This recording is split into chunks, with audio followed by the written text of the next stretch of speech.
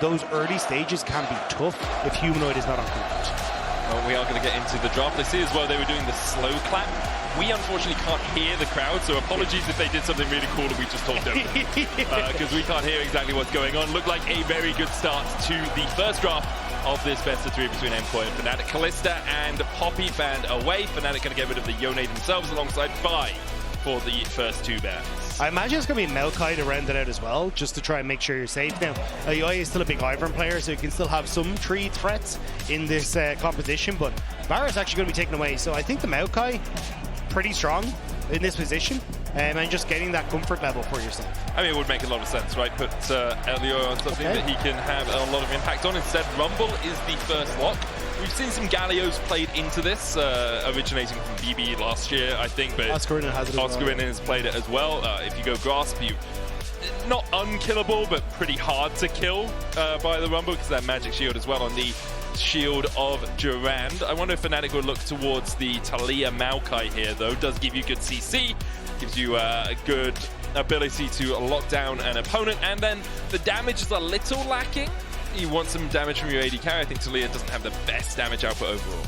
Yeah, like, she's definitely better than she was when she initially got released with the mini rework, but she's still not 100%. But yeah, I think going towards MKOI here makes a lot of sense, and then you can follow up with the Galio in this last rotation, because even though you're like, hey, we kind of need that little bit of extra damage coming through. Oh, okay. I was going to say the extra damage coming through in that AD carry roll, I think there's still enough up left and available that even 2 bans toss that direction will be fine. Like, you've still got Ezreal, there's Xayah, there's Caitlyn, so there's other things that can still operate in that role, right? I think it's enough things you can go to for AD carries at the moment that it's very hard to pinch out unless you see 3 or 4 bans on the first rotation and then a couple on the second rotation. Taliyah Pantheon is the combo for Fnatic.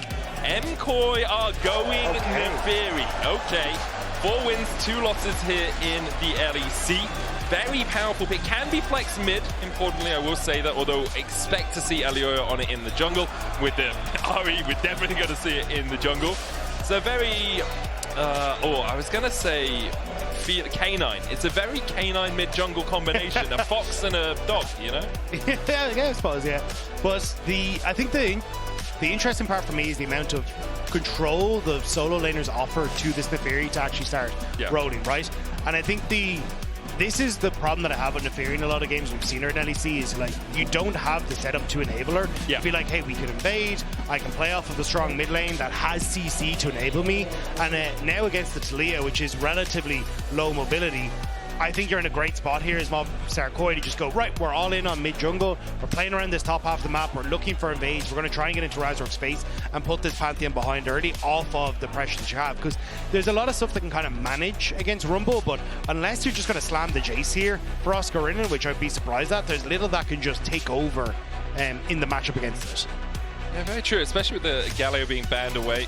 It becomes a lot harder to deal with that Rumble. With MF and Xayah removed by Fnatic, we are falling further down into Supa's picks.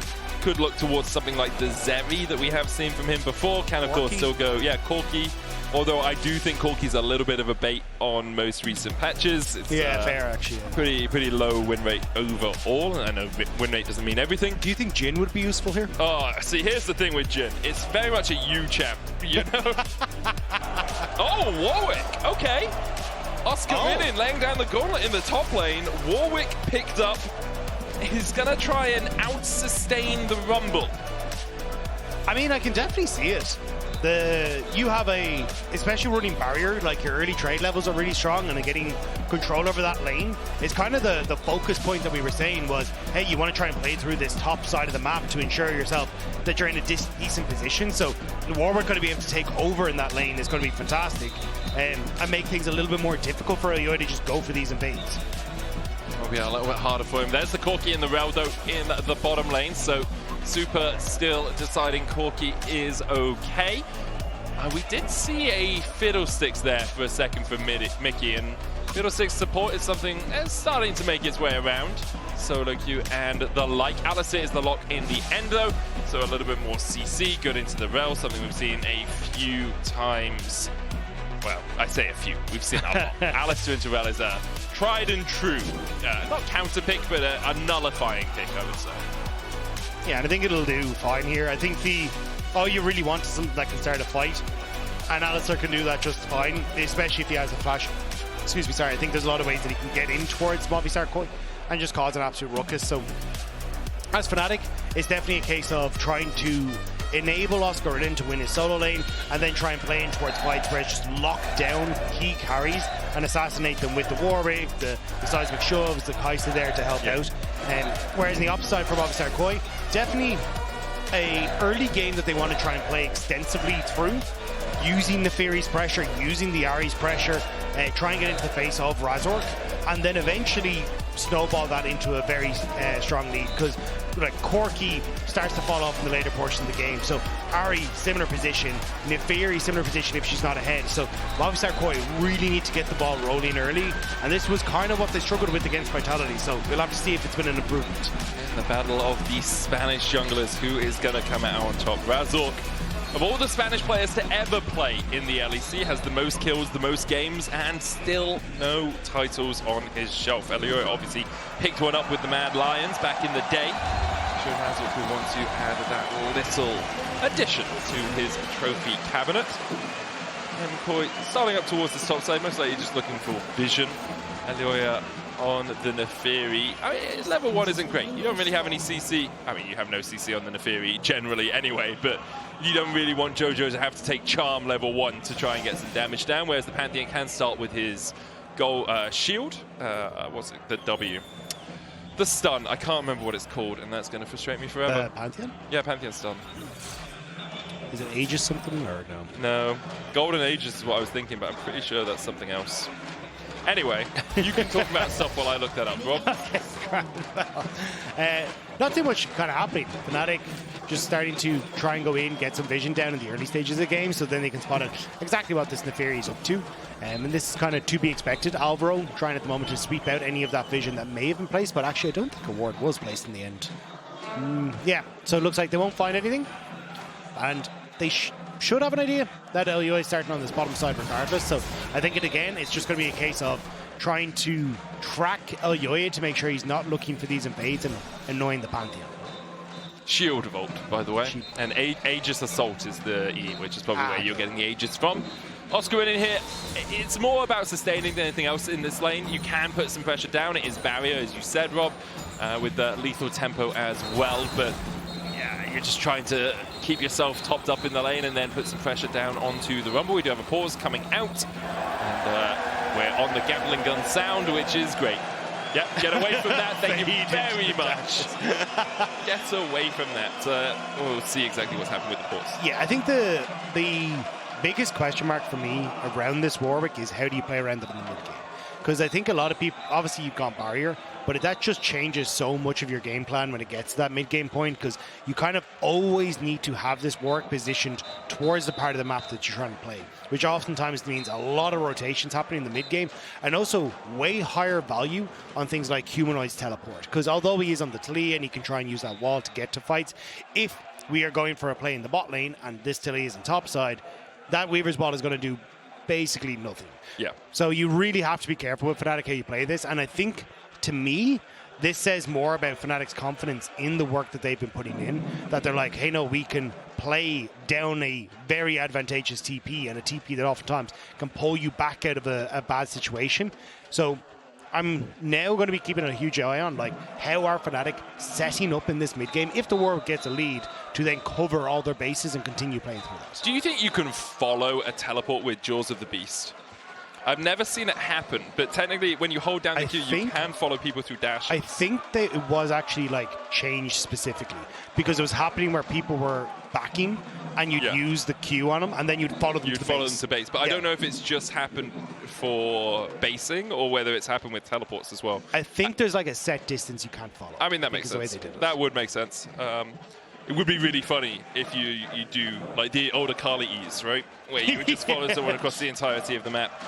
But it's also much faster, is the thing, because you just do it immediately. Yeah, it's a timing thing, man. If you can frame perfect it, you deserve to be able to speed run to the bot lane. With the new TP, does it work? That's what I'm thinking, because it's a long dash. Anyway. Yeah. Right, yeah. Well, yeah, because initially, like, old TP, you would immediately teleport to the spot, right? But now you kind of do this slow little... But you follow under you charge and then you can follow someone for the dash, right?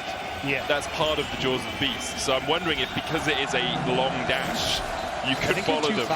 Yeah, probably.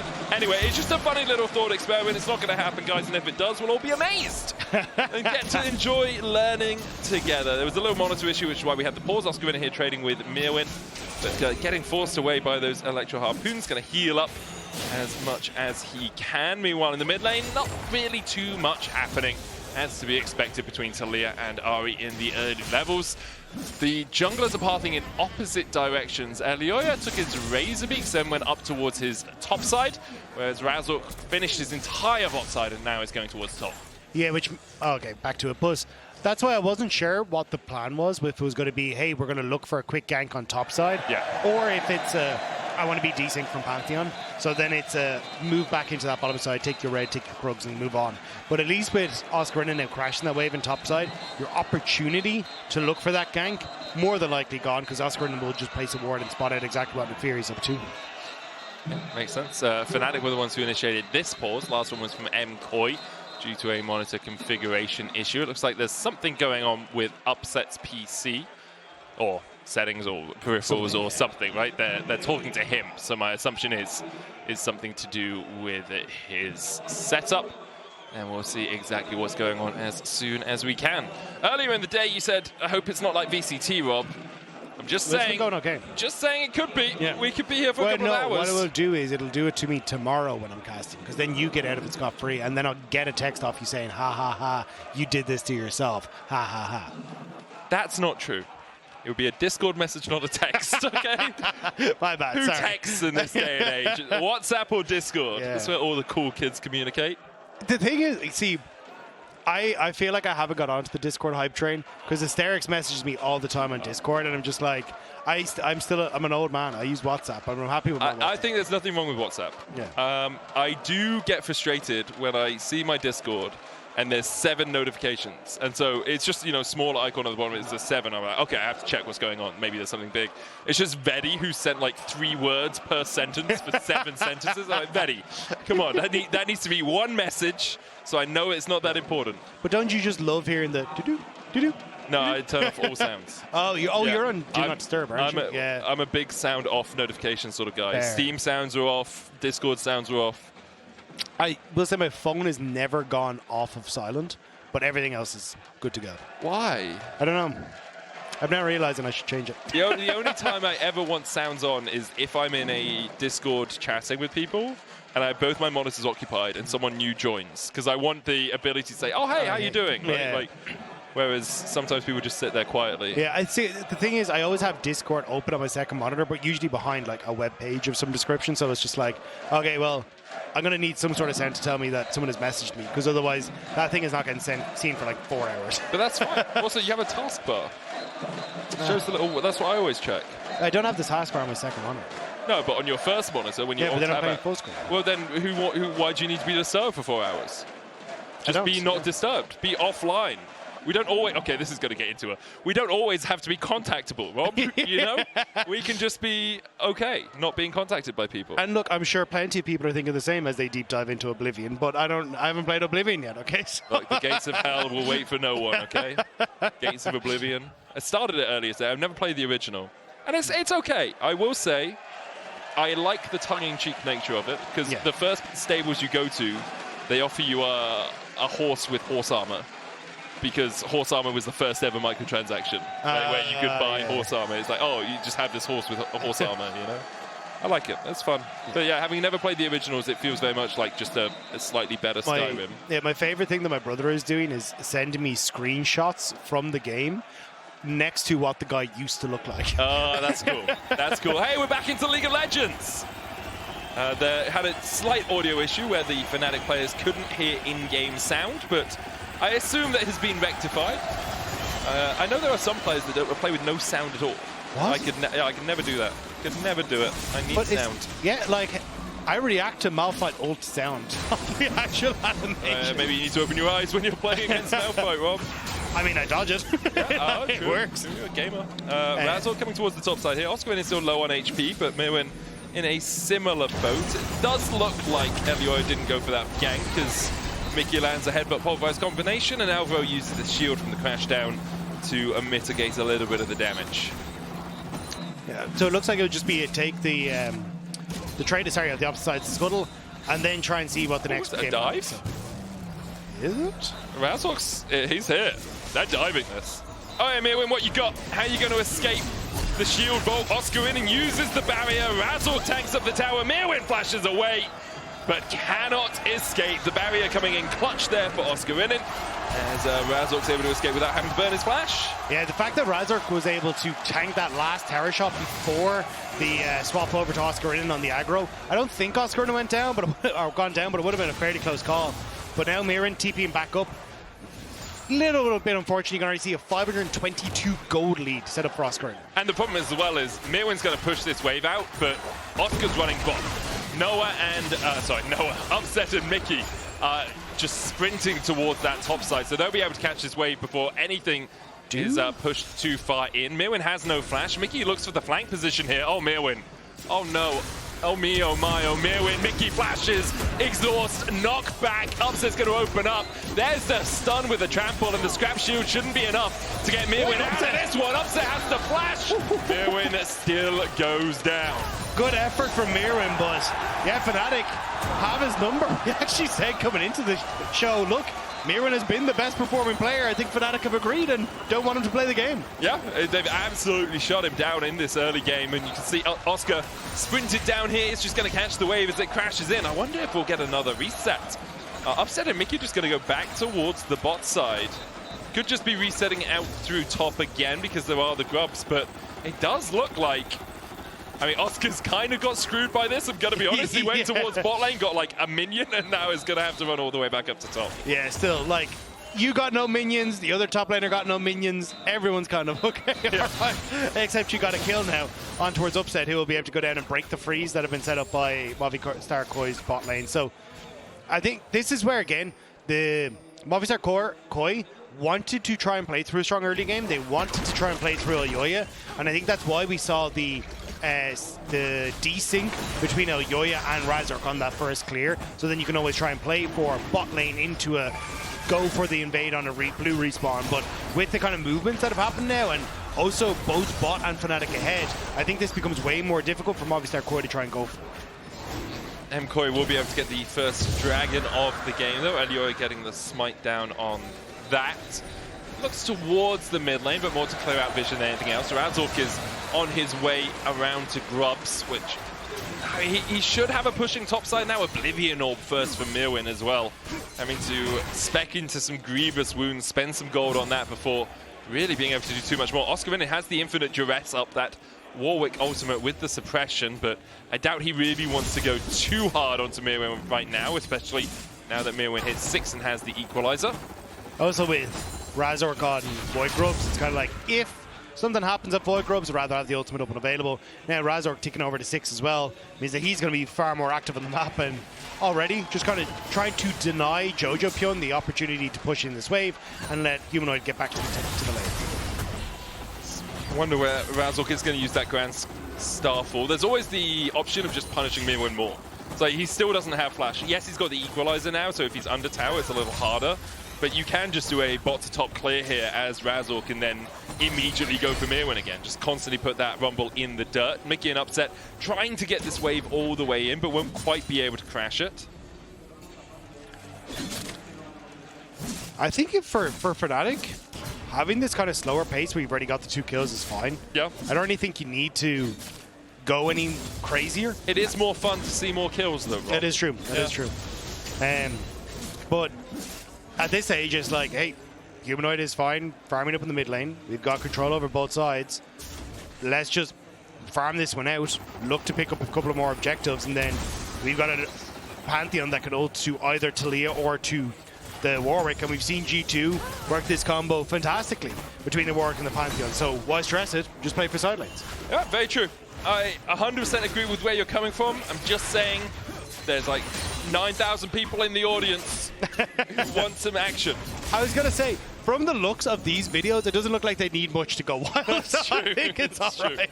Crack out the brass band, guys. We're farming.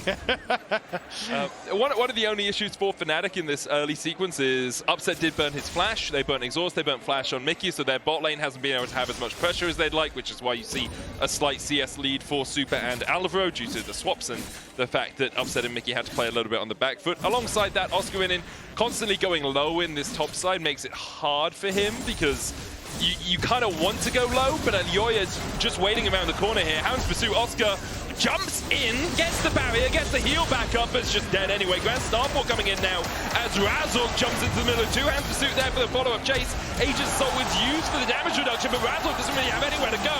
He's burnt alive and chopped down by the dogs. Elyoya with a double kill. Are you not entertained? Movistar KOI getting the turnaround play in the top side. Razork thought Oscarinin would survive long enough that he could help out, but he only ends up dropping in to die. And this is the problem with Warwick, right? You are constantly quite low, and Naafiri's gap close is exceptional. Like, she can be quite far away from you. You have to use the infinite duress, otherwise you're just dead to the Hound's pursuit. And then after that, it's like, okay, well, you're slowed, just slowed. Equalizer down. Razork trying to come in to help, but pops the Aegis Assault immediately to try and mitigate some of the equalizer damage. And then after that, just can't escape. Yeah, you even had Alvaro on the way up topside as well, so even if they managed to get the turnaround, Movistar KOI had all their bases covered. So nice setup for Movistar KOI, a nice job from Elyoya as well. One of the parts that we were talking about against Vitality was that Elyoya wasn't really in a position to try and find these successes. Linces did a great job of covering those early plays, and you can see on your screen that it was not a good time for Elyoya. Now, though, he's popping off. Oh, Myrwn in for a little bit of hurt here. Doesn't have that equalizer. Upset trying to put a bit of extra damage in, but Mikyx, even through the ultimate, falls to about 300 HP. They can look for the dive. Oscarinin trying to survive on the other side of the map as Myrwn almost clearing out that wave. Will begin to back away, and as will Alvaro and Supa. So, in the end, just going to be some damage to the tower on either side. So I think, though, Upset should be able to push this wave and get another play for himself, which again would just open up that gold lead just a little bit more, even if they're not quite there on the farm. But actually, no, just going to look for the reset. So yeah, Jojo is moving up from mid as well, so it would have been a bit risky to stay for that plate. We've seen AD carries die for less, Rob. Well, pot side, Oscarinin ignited, jumps in with the infinite dress as well, and Supa stacking up the tower, down to 200 HP. Elyoya coming in from behind as well as Oscarinin looks for a little bit more, but can't find it. Elyoya has all 3 of MKOI's kills, a spear in his pocket already.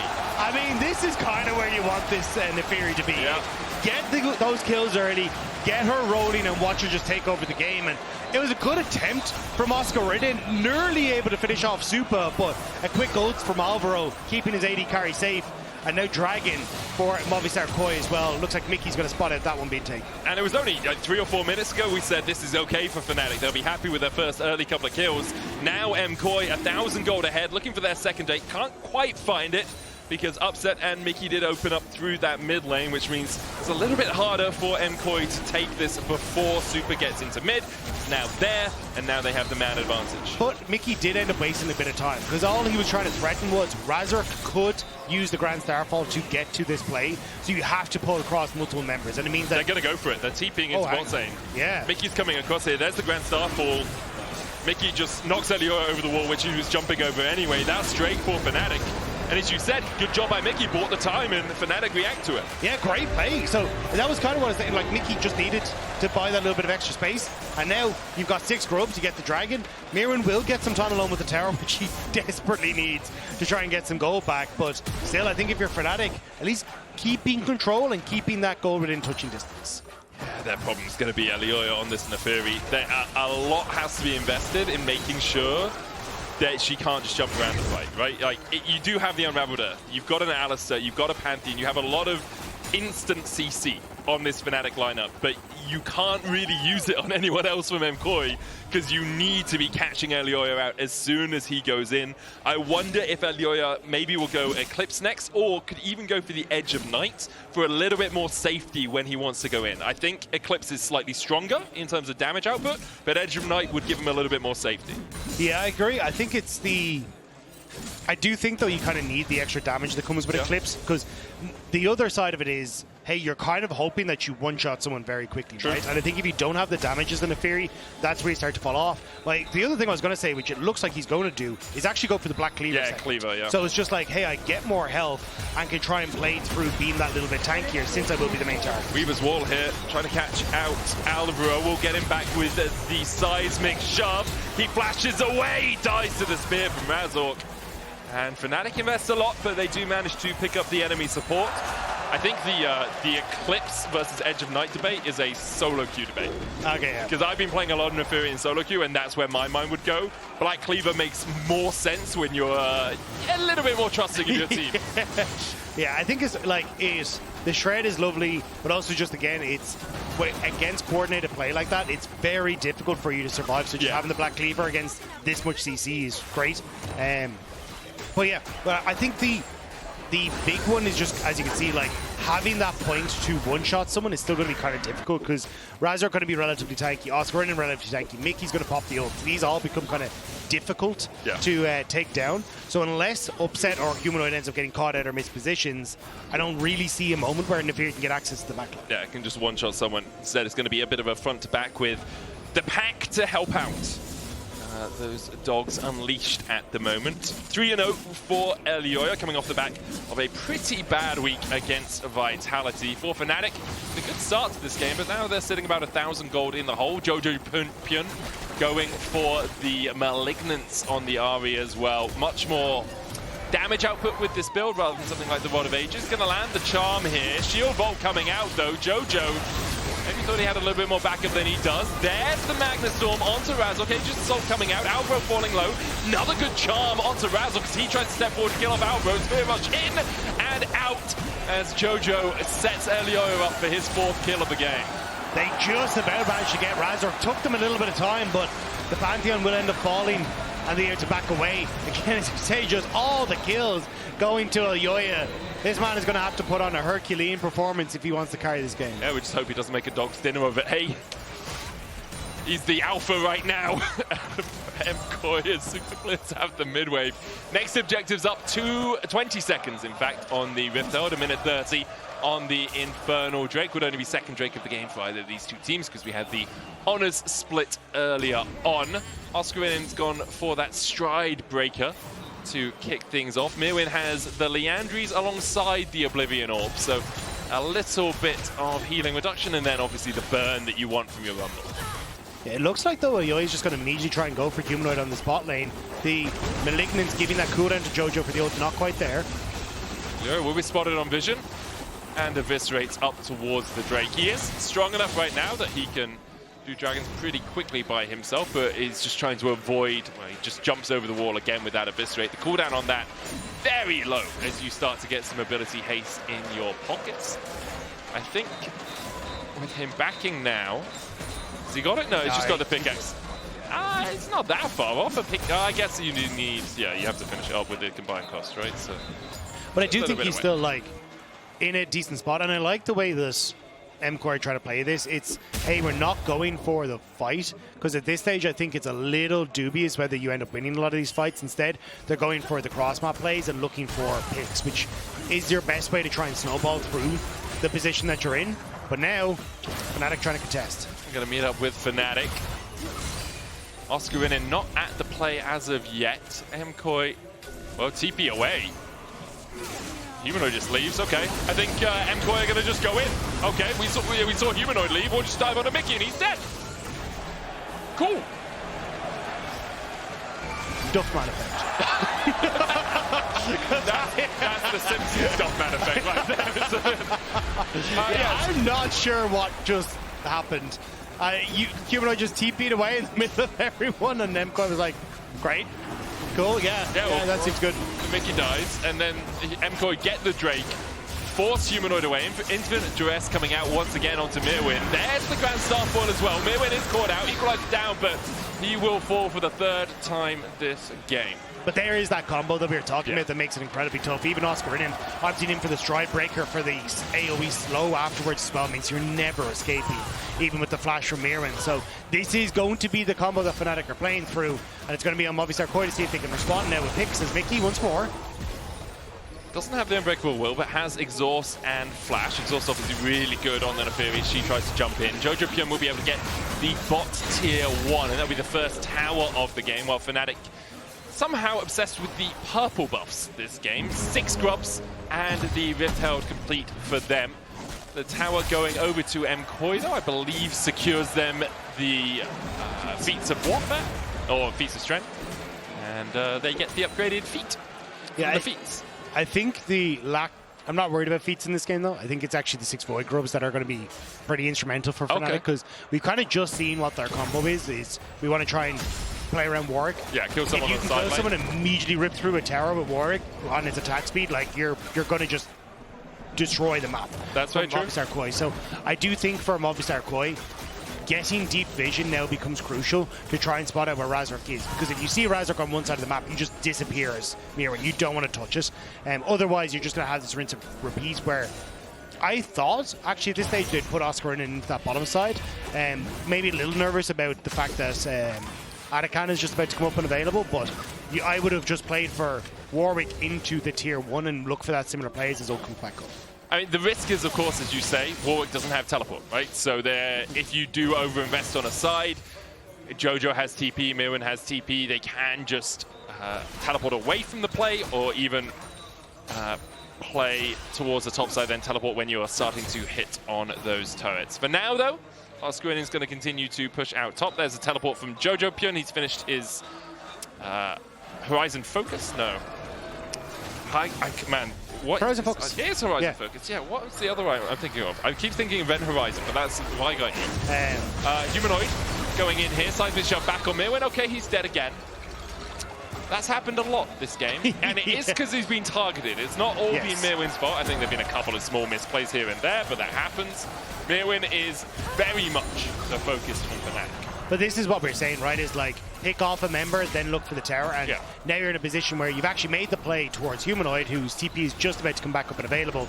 You've even got the Rift Tower there. Now, I think they could have left that Rift Tower for the mid lane as well, because this tower more than likely going to fall regardless, but still, nice plays from Fnatic and just opening up more and more of the map. The other argument is this Rift Herald forces someone to respond in the bot side if you wanted to keep pushing. They're not going to. Rift Herald's just going to charge in and take about half the tower's health, so no one has to respond. Myrwn will be out there in time. I was wondering if they keep the push up, get someone to respond, and then move up towards the top side with Starfall and TP, but deciding against it for now. The only reason is I think this comp becomes more difficult to operate in this sort of position with the mid lane tower still up, because you want to try and play for mid 2 sides. Well, hang on, Razork. As pursuit onto Razork. Flash in by Mikyx, lands the 2-man knock of Alvaro. Knocked back into the team. There's the Magnet Storm. Razork still surviving in this. Elyoya dashing away. Razork tried to flash, but he was ignited and he falls to Elyoya. Now the target has to be that Naafiri, but Mikyx has other ideas. Knocks Alvaro back in. 2 for 2 so far, with Supa's fallen low. The blast cone from Supa! Oh my god, that was the antithesis of his name, not Super at all. Upset gets the triple, only Elyoya gets out. Supa to Oopsa very, very quickly on that one. Oh no, Fnatic, like that could have just been, hey, we got the thing, we're running away, but Fnatic now going to get the Adakan off the back of this, and it looked decent to start off with as they jump on towards Razork, but that Aegis protecting Razork a huge amount. Mikyx doing a good job of now getting the combos and also kind of putting Alvaro into weird positions throughout this fight. You'll see there, knockback, then ends up knocking Alvaro back into the team, but it opens up then for Fnatic to try and play towards this choke, but you're going to see it here. Knocking Myrwn or Jojopyun back in, and then Upset seeing his angle to pop in as well. Also, just the fact that the Hounds managed to protect Elyoya there might have been just enough damage off the W to finish him off. Elyoya just flanked by his dogs at the end, was able to survive, but that blast cone will live in the memory of Supa, is what we'll say. As he yeeted his team back into the Unraveled Earth, Mikyx goes in here, dodges the charm, immediately jumps onto Elyoya, who still has Flash, remember, but doesn't have a chance to use it. He's down. Razork will take the kill. Drake up in 4 seconds time, and the gold swings into Fnatic's favor. Couldn't even have the untargetability come up either, so just completely caught out there. And now Dragon going across, more pushing waves going to be coming through as well. Fnatic going to be able to take control. Looking like they want to try and go for this mid lane turret over the next couple of minutes as well, but it's just being able to get some deeper vision is going to set that up so nicely. Really is. Will be 2 dragons apiece overall. Fnatic coming back into this game as MKOI just a couple of mistakes costing them really dearly. Oscarinin in the side lane now is gonna keep pushing towards Jojo. But, backs away when he realizes he doesn't really have enough vision to go any further. It is Hull Breaker on the Warwick, so that side lane combination you were talking about and those grubs, so vital for Fnatic to get in the early game. The only problem for Oscarinin right now is there's no pressure on the rest of the map, so he has to wait until someone else is pushing in, some other lane is pushing in, so that MKOI have to show, and as soon as MKOI show on other portions of the map, then you can step a little bit further forward.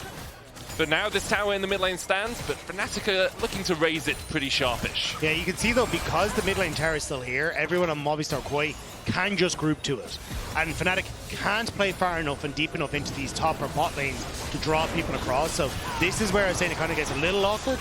So at least Fnatic just basically try to be a nuisance and steal away Movistar KOI's jungle, but actually cracking these turrets, you kind of have to 5-man or find some way around it. Yeah, so I was giggling a little bit there because both Upset and Humanoid ran through the blue buff field, and it was very much a who's going to get it, and then Upset got it, and you saw Humanoid just like kind of pace back and forth really quickly. It's like, oh. Upset having it obviously isn't too impactful. He will be very happy to have that extra mana regeneration when he's playing this AP ADC Kai'Sa build with the Ginsu's Nash's Tooth. It gives him a lot more ability to spam out those Void Seekers. Humanoid's going up towards topside to push this wave in. There is a Baron in 10 seconds time. Drake's still 3 minutes away. Yeah, this is where it kind of gets, as I was saying, like, for Fnatic, essentially what you want to happen is you want to have this wave pushed in all the way to the tier 2. You want this pushed into the tier 2. And then it's have both these collapse through the jungle on towards the mid lane to get the mid lane tower. But it's really difficult to do that because the second you push in too far, because you just don't really have the control of the mid, it's very easy for the Naafiri and also for the for Alvaro to just position himself on the sides that you were looking to threaten. And that's why I was saying, I think you using the Rift Tower on mid tower would have cracked it open so much easier and made the game way more difficult for Movistar KOI to defend, because instead now you're able to use that mid push to play for a bot lane tier 1, and then there's no one on Movistar KOI can defend because you're already losing on that mid push. Yeah, and they have to take the long way round through their jungle. Exactly, they can't just take the short routes, which is what they're doing right now. Great explanation there, Rob, as we see Oscarinin suffering the consequences of the enemy team still having a mid lane tower. Alvaro able to move across. Humanoid goes in, Myrwn flashes out. That, though, is a big play. The fact that you managed to get Myrwn's flash now makes him way more vulnerable on a potential sideline play, because now you can use the Taliyah ult to wall him off and actually look for that setup rather than needing to see him necessarily in the lane like Oscarinin. But we'll have to see for Fnatic now what they're going to be able to do, because Baron is up, but again, I really don't know what they're going to be able to aggressively do apart from steal away some jungle camps. I think that's what they've been trying to do for the last few moments. We saw the blue steal. You can see Razork here trying to steal away that Grump alongside Humanoid. It's a denial game right now. They know they can't really hard force. MKOI are close enough in terms of gold, in terms of items, to beat them if they do. So you just slowly chip away at things until there's a small opening where you can step forward with your Void Grubs and take down a tower. Now that the mid-tier 1 has gone down, it's a bit easier for Fnatic to get in towards that enemy jungle. They're clearing out all the vision around the Baron as well. They can advance their vision line a little bit further up. Yeah, and that's the crucial part, is now you've actually got the opportunity to try and play for sides, and I think Fnatic can just slowly but surely do that. MKOI forcing 3 men mid to deny, upset that push in mid and try and deny that further expansion of vision in towards their bottom side, or sorry, their top side. But with a minute until Dragon, this is where Movistar KOI kind of now have to shove out all these lanes, then reset, and at that stage Fnatic will have already established all the vision they need around this objective. We'll see if they decide that Drake is their main priority. Not a huge amount of vision for MKOI around it. You can see their control wards in a little bit more defensive positions. One towards where the Razorbeaks are and one in the tri-bush. Not going to give them too much vision right now. Mickey walks out, puts down a control ward, sweeps out. No vision here for MKOI at all. Upset's in such a good position though. He's just ticked over to level 16. Seeker's arm guard alongside his other 3 items. Like, he is going to be an absolute menace in these fights, and very little that Movistar KOI can really do to aggress onto him. Like, he's just been so good this game. It's been so good this entire split. You can see topping the numbers in terms of gold at 14, damage percentage is middling, but that's because a lot of people on his team are doing a ton of damage. He rarely dies as well, which is why his KDA is so high generally. It's also not from a lack of aggression. Yeah. Like, Upset is putting himself in positions where he has to try and outplay and be that big carry, and he's just been able to perform. And I think that has been the standout for me, is Upset has just looked absolutely fantastic. And it does frustrate me when I keep hearing there's always a KDA player. It's not. Oh, flash forward immediately. Oh my god. Oh my god. I'm not sure we can even show that on TV. If we have to change Gragas's names, then why do we go? How can we show that, guys? That was disgusting. It's 18 plus at least as Fnatic find a kill in mid. They find the tier 2 as well. They took the dragon. Is Baron the next objective? I'm still shocked. Jojo just disappeared off my screen. And now, Movistar KOI trying to re-engage. And Elyoya's going in. Mikyx has the ultimate, has the exhaust as well. We'll pop the Unbreakable Will. The Baron down to 2,000. Mikyx sacrificing himself for the good of the team here as he manages to let them get the Baron. Elyoya on the chase. Seismic's jump will stop him from going any further. Fnatic get out with the Baron and 4 members still alive. Yeah, one quick pick and that's Fnatic securing more. And again, like, these are kind of the things that we're starting to see from Fnatic, which is much more about their map play. It's, hey, we've got that opportunity. Mikyx with the taxi into the flash. Absolutely beautiful. The follow-up then from Oscarinin. I mean, take about, and now Supa. Run! The smite slow is just about to come off cooldown. It wasn't quite there. Well, Supa's able to escape. Jojo was not able to extricate himself from what was a very nice WQ flash out of Mikyx. 5,500 gold, now the lead for Fnatic. And we've talked a lot about the pressure that Oscar can put in the side lane. He hasn't really had to. A lot of this, like he hasn't been the focus of a lot of the plays, is what I'm trying to say. He has constantly put the pressure down, but often the plays be made when he has moved from a side lane into mid and then been able to team up with Razork and Mikyx. Now Fnatic pushing forward here. Humanoid has the push in bot side. Will be spotted placing a ward, so MKOI might use this as an opportunity to engage. Jojo still has his summoner, that flash, because didn't have the chance to use it last time. But again, look at the way like Fnatic are playing in the map. This is going to be their line of attack, and they're just using that Pantheon, so then he always has the opportunity to ult down here if he needs to, ult over here, and it's just a great setup. It makes this 3-1-1 really difficult to defend for Movistar KOI, because no matter where you put your presence, you end up losing out. It's like Santa Claus at an unappreciative kid's home. Elaborate. No matter where you put your presence, you end up losing out.